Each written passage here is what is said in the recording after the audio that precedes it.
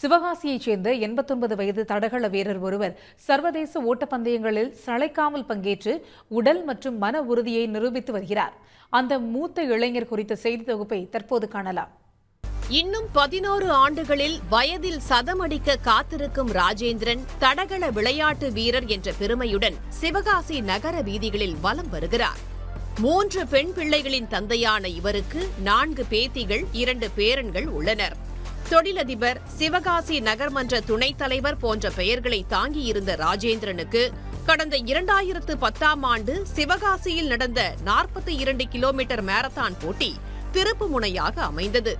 அன்று முதல் தாம் தடகள வீரராக மாறியதாக கூறும் அவர் அதன் ரகசியத்தையும் பகிர்ந்து கொண்டார்.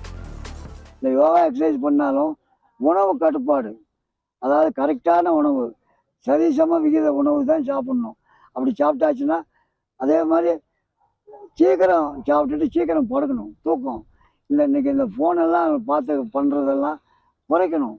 அட்டென்ஷன் பூரா உடல் ஆரோக்கியத்தில் தான் இருக்கணும். இந்த உடல் ஆரோக்கியமாக இருக்கிறதுனால தான் எனக்கு வயசு இப்போ 89 நடக்குது. இந்த வயசுல ஓட முடியுதுன்னா இந்த உடல் ஆரோக்கியத்தை மெயின்டைன் பண்ணுறது தான்.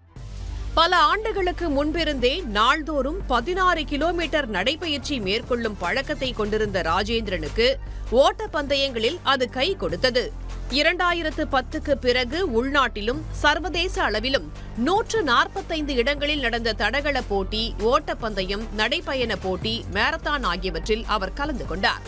தங்கம், வெள்ளி, வெண்கலம் என எண்ணற்ற பதக்கங்களுடன் பரிசு கோப்பைகள், கேடயங்கள், சான்றிதழ்களால் அவரது வீடே நிறைந்திருக்கிறது. இந்த 89 வயது இளைஞரின் உடல் ஆரோக்கியம் குறித்த அறிவுரைகளை பல சிறுவர் சிறுமிகளும் ஆர்வமுடன் கேட்டுச் செல்கின்றனர். ஃபிட்டான எக்ஸசைஸ்லாம் பண்ணி முன்னுதாரணமாக எடுத்துக்கிட்டு நானும் ஃபிட்டாக இருந்து இந்தியாவுக்கு சாதனை படித்து அவரை நான் என் ரோல் மாடலாக எடுத்து சாதிப்பேன். அவர் ஒரு வேர்டு சொன்னாங்க, believe in your self. And அந்த தாட்ஸ் மட்டும் நீங்கள் வச்சுக்கிட்டீங்கன்னா நீங்கள் எதுனாலும் ஜெயிக்கலாம்.